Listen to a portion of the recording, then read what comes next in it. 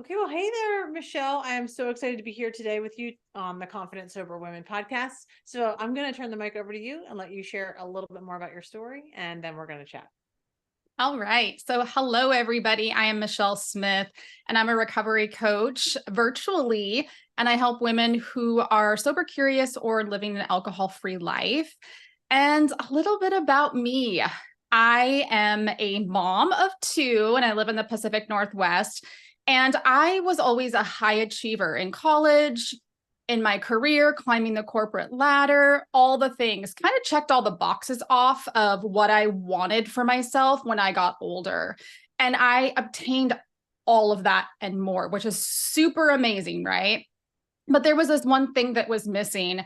And to back up a little bit, I was raised in a family of alcoholics. And so I had the perfect example of what not to be. So I did not ever touch alcohol because I knew that I wanted something more for myself.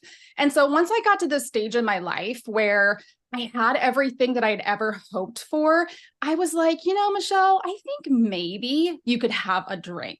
What's the worst thing that's going to happen, right? If you would have been an alcoholic, it already would have happened. And so I started to kind of open up Pandora's box. And while I was having all of these things in my life, being successful, whatever I defined as being successful, started to see a series of unfortunate events. So I lost my mom, which was a big piece as I became a mom. Another thing was my husband was deployed to war. I was diagnosed eventually with postpartum depression, and I couldn't realize why I was so depressed in the midst of this season that is supposed to be the best years of my life. And a whole bunch of things just started to unravel. And I wasn't doing the work around bereavement, grief and loss, going to the doctor because I was ashamed of why I was depressed. I had no reason to be depressed. And so I started accepting the invites to happy hour.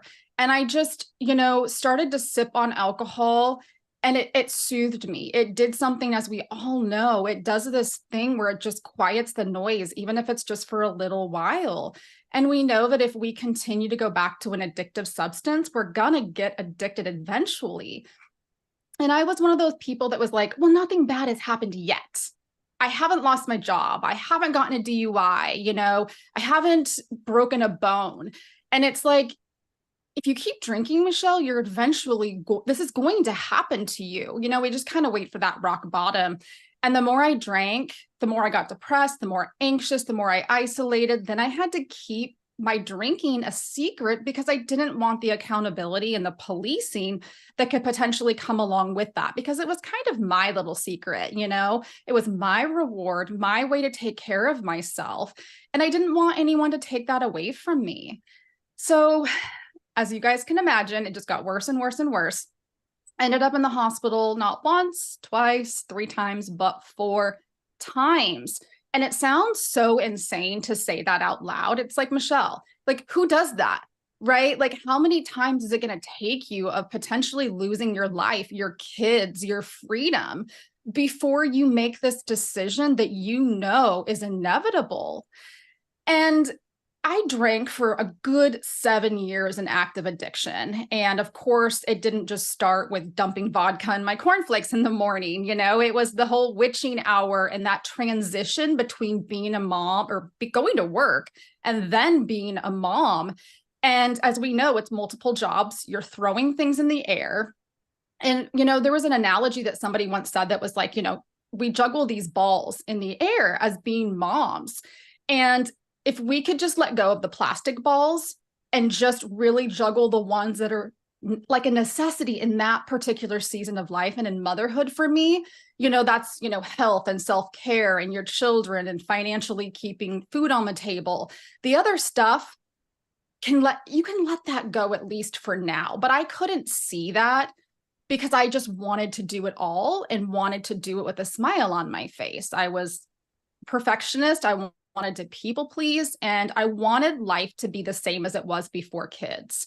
I couldn't do that. I'm not Elastigirl, and I couldn't, nor was anybody expecting me to other than myself.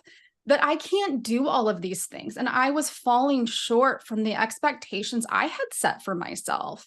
And that was really hard for me to see. And so after 7 years of just battling the devil and just losing a sense of myself, I finally surrendered. We talk about these epiphanies, or what was it that, that straw that broke the camel's back. And for me, looking back, I would say it was mortality motivation. And I've talked about this a little bit, that I'm an adult orphan. And so my parents died way, way sooner than they should have. I know what it's like to not have parents. I was literally doing the same thing to my children. And how dare I do that? And for me, that was it. That was, I need to do the work. I've got to get into a program. I've got to clean myself up. Yeah, I've made a mess of a lot of things in my life, but I'm not defined by my worst mistake. So it is onward, Michelle. This is the last day. This is a non-negotiable. You are not going to drink. This leaves endless possibilities of things you can do. One thing is you can't drink.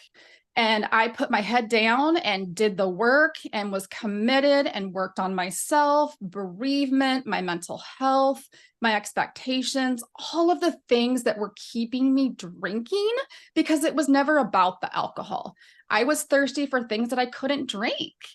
And so, of course, fast forwarding 7 years in recovery. So it's been a whole heck of a lot of 14 years. But now I've literally been in active recovery and working programs than I have an active addiction. And I never thought that I would see that day, to be completely honest with you. But it just goes to show that no matter what we do and how good we hide what's really going on, there's always hope, and there's always a way to claw ourselves out of it. And I'm just so grateful that I never gave up. And I just hope that I can create that space for other women to say, you know what, alcohol wasn't serving me either. And I want to see what it's like to live a sober life. So that's me. Oh, thank you so much, Michelle, for sharing all of that. I've been following you for quite some time now on your Instagram feed and your other areas. And I just love the messaging that you're putting out, because especially for all women, really, but especially for women who have children, especially younger children. My children are a little older than yours, I mentioned, but when you kind of grow up in this culture, that I got sober before I had kids, so I kind of missed out on all of this, but this new sort of modern day culture the last decade or more around mommy wine time and, glitter cups and all this stuff that just makes it so kind of magical and mysterious and like the answer, right? It's really powerful how things have been not only promoted that way, but also marketed directly to women, particularly moms. And that makes me really angry, I feel like, and have a fire under my feet to really move forward, plow forward, to continue to pave the way to show that life in long-term sobriety is not only possible, but it is really astounding. And it's a magical experience in a different way. So I'm sorry about the loss of your mom and both of your parents. And I think that was really interesting how you were able to connect that thing, like saying you're an adult orphan, to your experience as being a drinker and trying to parent these children, that you were recognizing your own absence in their lives. I felt like that was a pretty profound part of your story, and something I hadn't really heard somebody share before. I'm wondering if you could just say just a tiny bit more about that. Like, how did that look in your everyday kind of life with them, and what was really the breaking point? In regards to making the decision to stop drinking? Yeah, like, how were you not present? Ooh. How were you treating them like they were orphans? Yeah. Well, I mean, I just wasn't emotionally, and I mean, part of the time wasn't physically available, but a lot of the time I wasn't emotionally available. And what that looked like is either just hurrying up through bedtime stories and baths, they would smell alcohol on my breath as I was reading books. I would either just get fast food or, have food delivered instead of making the meals that I had made before. So it wasn't that nutritious. Sit down, let's have conversations about your day. And it was just a lot of wow, Saturday and Sunday, mom's hungover. I'm literally eliminating myself from my own life, hearing my husband and my kids giggling downstairs, making pancakes. And I'm upstairs completely miserable because I chugged 2 bottles of wine and passed out. Like, what is so wrong with your life that you have to do that to your kids? And it was never about the kids, it was about what was going on with me. And so there were activities that I couldn't get them to because I couldn't drive. I even went to some of the parent team, either the conferences or volunteering in their schools when I had been drinking. And so it's just, I mean, just so many just shameful things that, I've just had to like face and say, that's not you anymore. That's you when you drink. You're not defined by that action. And so just stepping up and doing what is right to be present, emotionally present for them and physically, because they deserve that. Thank you so much for sharing that. And I think so many of us can relate to it. And that's really why I wanted you to expand on it. And life isn't like that for you today anymore. And that's just the magical part of the miracle of sobriety. It's amazing. One thing that you said too, that I thought was really profound was that you felt that you didn't have anything to be depressed about. And I can relate to that too in my active addiction, but also in early sobriety, even like coming through like those initial few years of doing the work of that early sobriety time, which was for me was just really in-depth therapy. And like I was a part of 12-step program. So I was really engaged in a pretty significant amount of time around recovery. However, I did get pregnant when I was 6 months sober, and then I had 3 kids in 4 years. So it was kind of like taken away by that.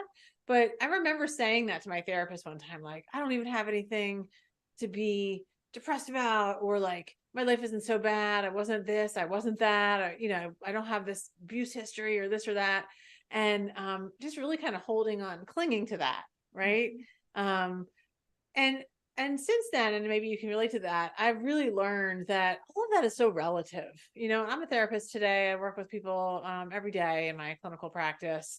And we're all going through whatever life has thrown at us, and some of us do get dealt a pretty crappy hand. That's just the reality. And some of us get dealt a seemingly kind of nicer hand, but either way, there are shades of gray and all kinds of dysfunction and feelings all sort of strewn about whatever hand you have.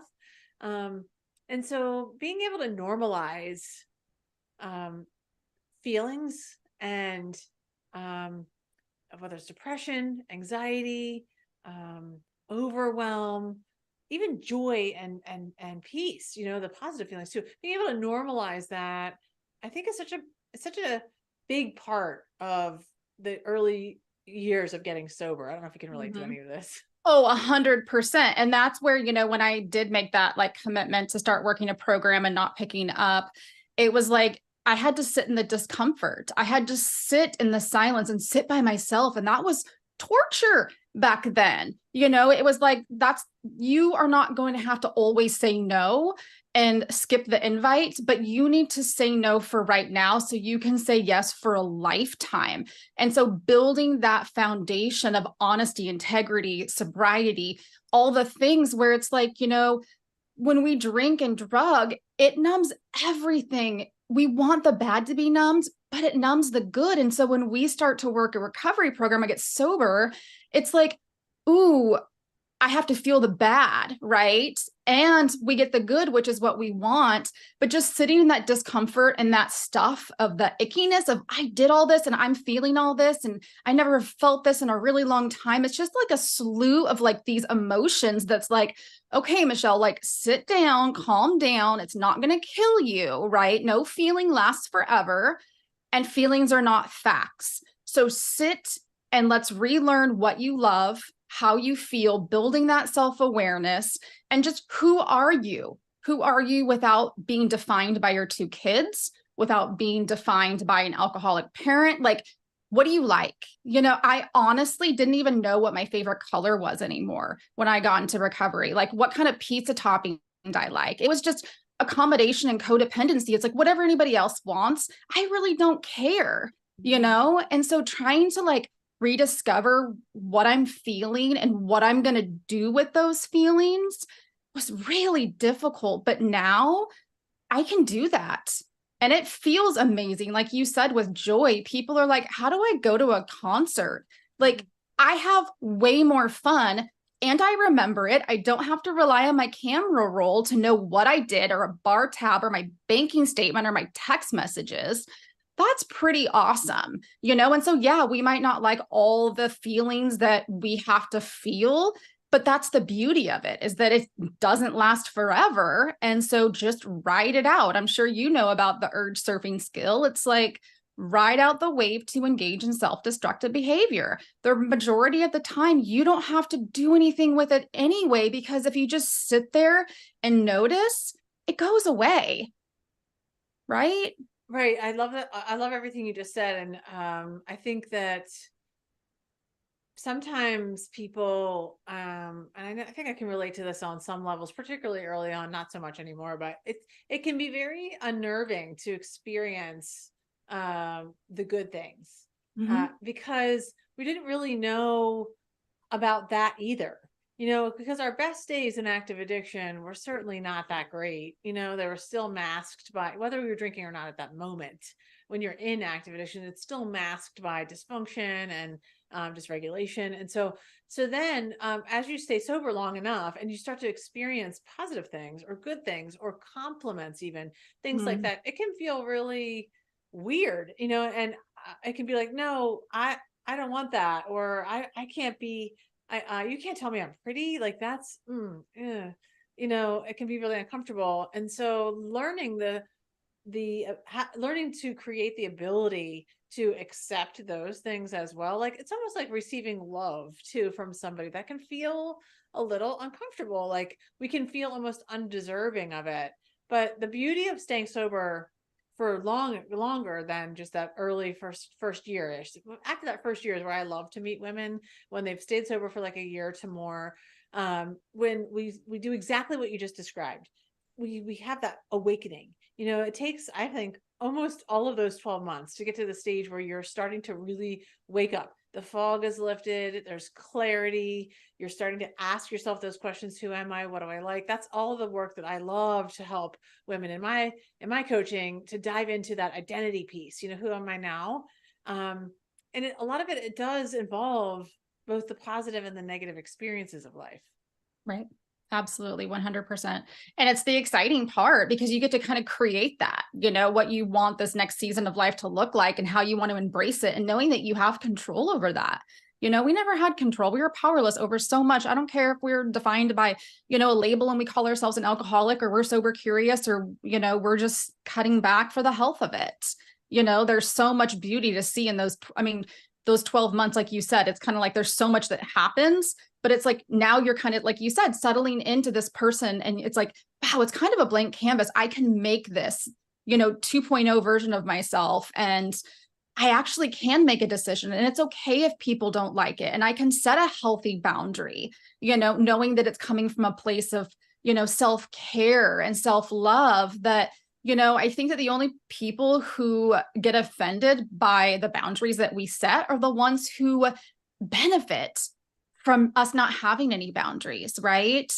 And so those things are the cool parts about that 12 months and on. It's like, wow, I'm starting to settle in and get a little bit more confident, right? We don't have confidence when we first start out. It's like, all you have is the courage to do something that's really hard. And the more that we do that, it's like building those habits, it's like one thing at a time. I literally could not drink 8 ounces of water to save my life, right? No problem drinking 3 bottles of wine in 2 hours and passing out and going to the hospital. And I was like, okay, this is it. Like, hydrate your dang body, Michelle. Treat it kindly, and it will be kind in return. And that was the first little small habit that I committed to, even before my coffee, which we wake up dehydrated already, right? Then the coffee, it's like all the things.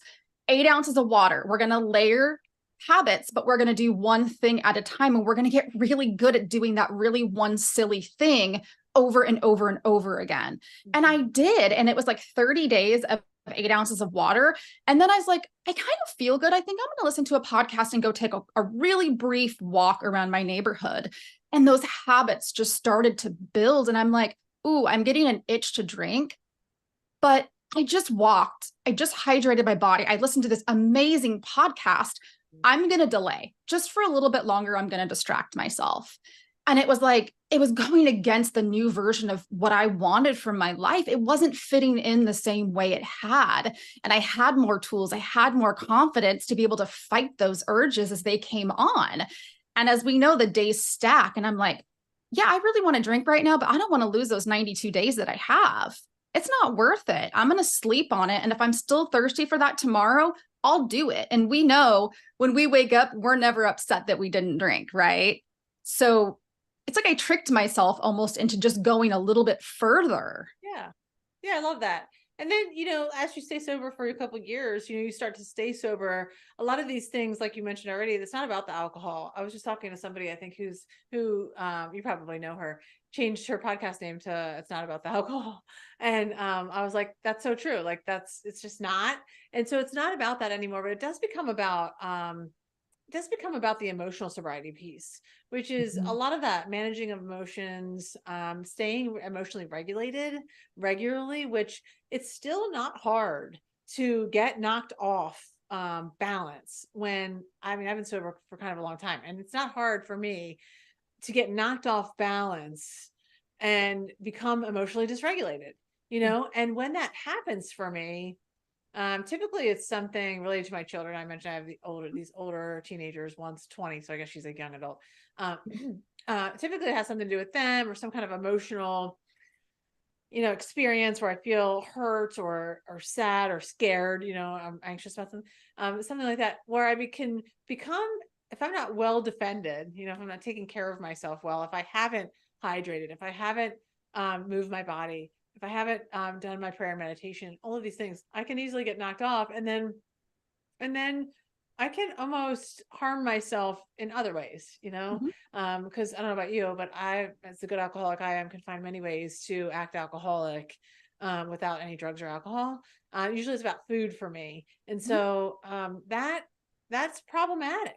And so I still have to do the same things, even though I've been sober kind of a while. I still have to do the same things to check in with myself in order to not harm myself in those ways, or not to lash out or act out. So questions like, what am I afraid of? Or what about the situation right now is bothering me? I might stop myself like in an issue with my husband, or a business thing, or just anything, and say, what about this is really bothering me? And if we do that, we allow a minute or 2 or 10 for it to percolate and start to come up with some of the things that are there that we just aren't seeing yet. We might see things like, well, I'm feeling a little insecure right now, or my overall security is being threatened, or I'm scared, or I'm afraid I'm going to lose something I have or not get something I want. So even in longer term sobriety, we have to commit every single day to managing our emotions. And I'm curious if you have any thoughts about that, or anything I just said, or like how that shows up for you. Yeah. It's just a non-negotiable that we are women who don't drink in long-term recovery. I don't even know if I'm considered I don't even know what long-term is. Probably not, but it doesn't even matter. We're all doing our thing. And, I think it's that self-awareness piece. It is that I have a choice. I am self-aware of how I feel, what I want, what my needs are, and I can acknowledge that. And I think that it's important that people wait to say, well, I don't approve of something. I don't approve the speed limit's 55 in Oregon, but there's a consequence to not going that speed, right? It's like, I can surf the urge. Or if somebody cuts us off in traffic, it's like, maybe they're going to a funeral. Maybe their wife's pregnant and is in labor and delivery. Why am I getting so riled up by somebody who doesn't know me? It's not about me, doesn't care about me. Where it's like before, everything was just, I was always on such edge, that anxiety, and everyone's out to get me. And I was paranoid and all of those things, where now that's what we do. We have the ability to pause and decide, what do I want to do with what I'm feeling? What do I want to do with what just happened to me and make a mindful decision about, can I just brush this off? Is this worthy of a conversation for later? Mhm. What is this about? And that's what's really cool, is that we have that clarity and that insight. And when we build this toolbox, it does come with ease, that it does get easier to rebound from a negative comment or from, somebody who hurt our feelings.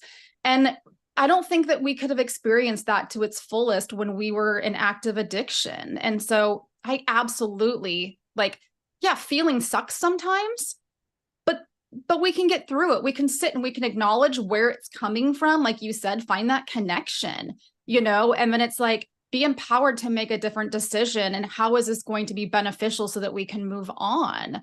And I love that about recovery. I know, me too. And by the way, when I say long-term recovery, I mean anytime after that first year. That's how I talk about it, just because in my work, that's how I describe it. Like, people are in that first year, and it's a very special time. It's a very sensitive time.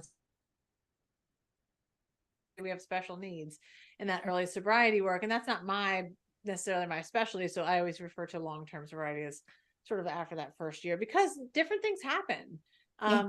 And you're right. Like, and feelings are just feelings. And I love that you said feelings are not facts. I mean, we might see that on an Instagram plaque or something, and we'd be like, oh yeah, whatever. But it's so true. And when we are in the midst of a thing, a storm or just a fear or an anxiety, if we can remind ourselves of that too, that like, this will pass. We're not going to be like this for probably more than 20 minutes, honestly, and it will pass. There might be an ebb and flow, like if we're dealing with grief or other things that are longer term feeling situations, then yes, there'll be ups and downs with that, but they don't define you. Like, this feeling isn't who you are. It's just what you're experiencing right now.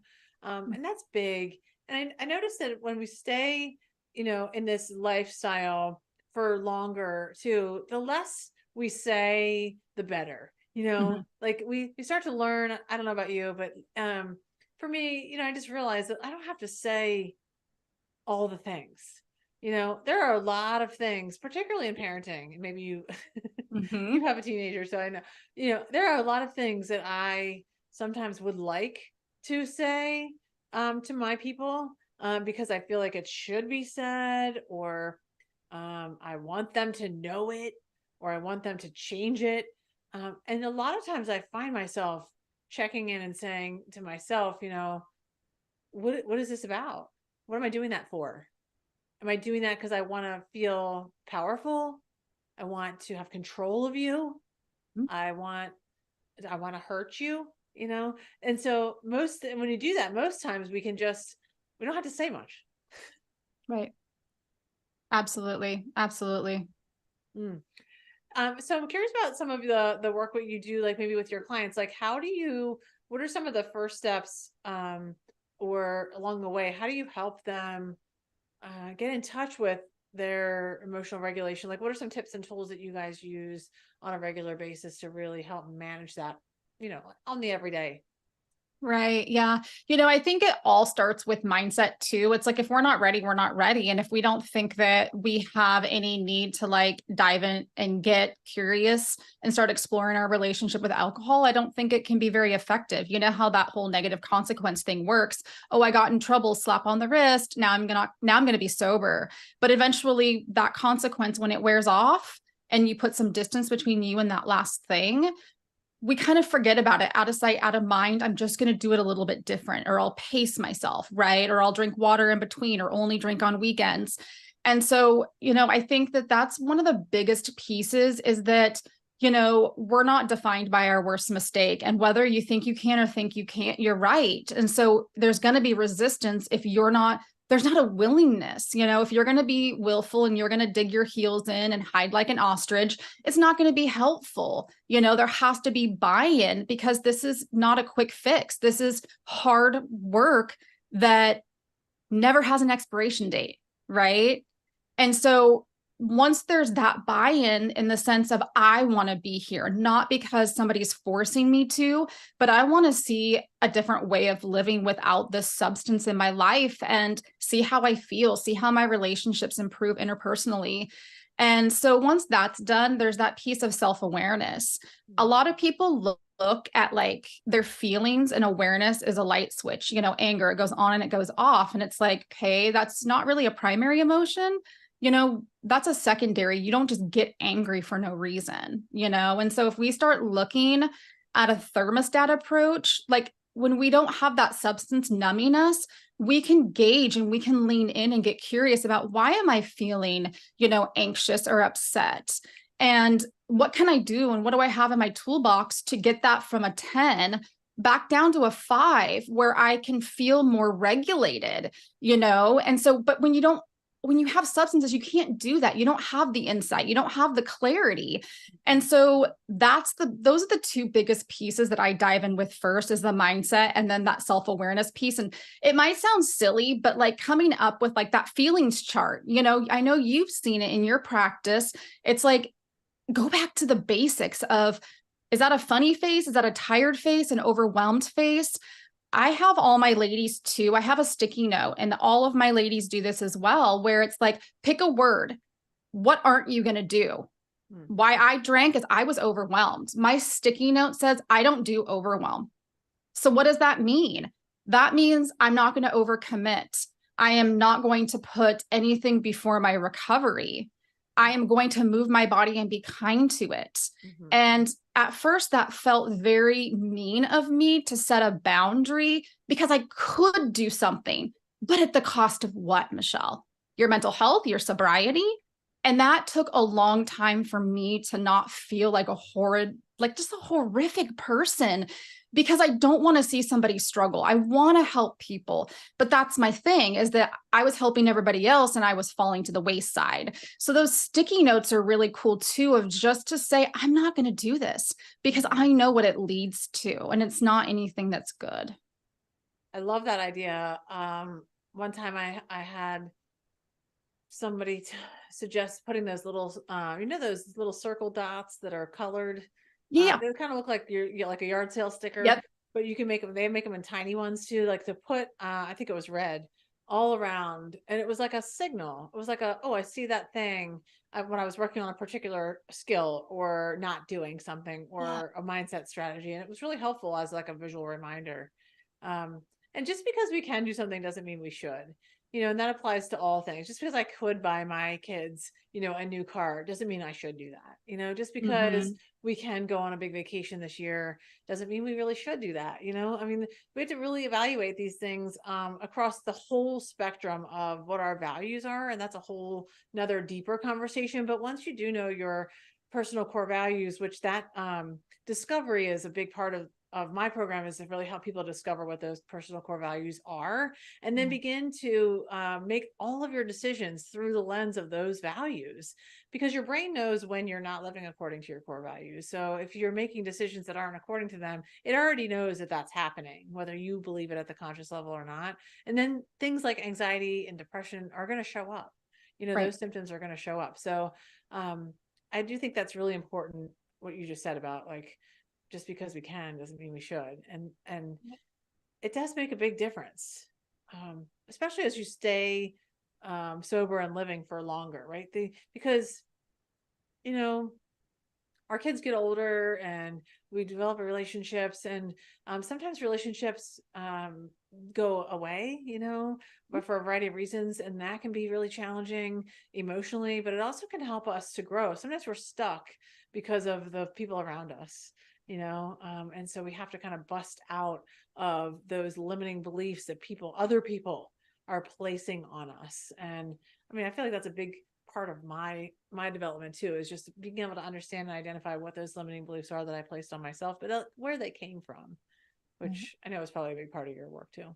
Absolutely. Yeah. Well, and it's like, when you think of long-term sobriety too, like, I don't know how much you run into this, but it's like, I've lost the momentum. Like, I feel like I've done the 12 steps a million times. Like, I'm bored, that complacency piece. And I know that we get that itch every so often, but like, I am a person who chooses not to drink. So every action I take, how I travel, what I'm going to be sipping on, what I pack, my itinerary, like everything is that envisioning who that person is and who I'm becoming, because that's what she does. Right.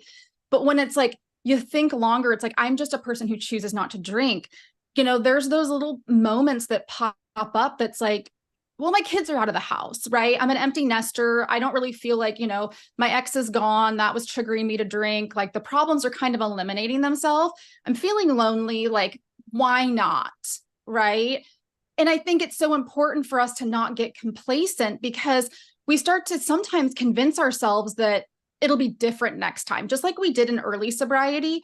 And I think that that's not something that gets talked about a lot, is that's why it's like Patchwork to Recovery is so cool, because if you're done with the 12 steps, that doesn't mean that you're done connecting, and learning and building community. It's like, maybe that means refugee recovery or smart recovery or celebrate recovery or a recovery coach. Like, mix it up, because there's different seasons of our life where if there's an anniversary of a death, maybe we need to focus more on therapy. It's like there's so many different things. Just because we're sober doesn't mean that life's not going to be really hard. Yeah. And there's always going to be that piece of us that wants to drink or wants to eat the cake, right? And so I think being connected and locked into something is so important. I couldn't agree more. And I totally understand exactly what you're saying about when like I said, I got sober in AA. I worked the program really strongly for a long time, a good decade, probably even more. I'm still affiliated. I don't have any problems with it. But after a few years in, actually, I did start to feel like I needed something more. I didn't want to leave. I was still using it, but I needed more growth, more recovery. And that looked like therapy. That also looked like acupuncture and supplements and podcasts and more spiritual things. And so we have to start layering in these complementary tools to help us. But we do need to, in my opinion, like you, need to stay closely connected to some form of recovery community. And it doesn't have to be 12 step. I always talk about that all the time. It doesn't have to be, I love it, but it's not for everybody, and that's fine. But it could be She Recovers. I'm part of that organization. I love them so much. It could be your Instagram page. It could be my Facebook group. I mean, there's a lot of places where you can go to get plugged in, where you're just around sober people doing sober things, so that if any given moment, you're out at Christmas Eve with your parents or your family or whatever, and you just want to connect with somebody because you're feeling a little bit of something. You're feeling sad or lonely, or, you have that resource like right at your phone, right? You can just quickly send out a message. So, and a lot of it doesn't, like, it's not about the drinking necessarily. I very rarely ever think about picking up anything or using. It's just not a part of my life. But I still have all those big feelings, so I still want somebody to validate me. I still want to be able to reach out to a friend that says, I totally understand what you're going through, and I would be frustrated too, so we all need that, whoever we are. So I would encourage all of our listeners today to make sure that you're connected to a community, whether it's 12 step, like you said, smart recovery. There's a million places. I mean, the Luckiest Club, there's so many, also Quit Lit. We have so many wonderful women writing beautiful memoirs and stories about alcohol and substance use and just what life can be like without it, that we can pick that up at any time. A lot of times you can probably access that for free right on your phone. So like you, I just feel like that community is incredibly important. So Michelle, I just want to say thank you so much for sharing your time with us. This has been so phenomenal. And Recovery is the New Black is such a fun community and resource. I love your posts. Her Instagram feed is full of a lot of fun and cool videos, and it just keeps it really serious and important, but also I find it to be very relatable and fun. So I thank you for your time and for being here. How do you like people to reach out to you if they want to get a hold of you? They can find me on Instagram, is where I hang out the most, at Recovery is the New Black. And then my website's Recovery is the New Black. Awesome. All right. Well, again, thank you so much for your time. And I can't wait to have our paths cross again. Thank you.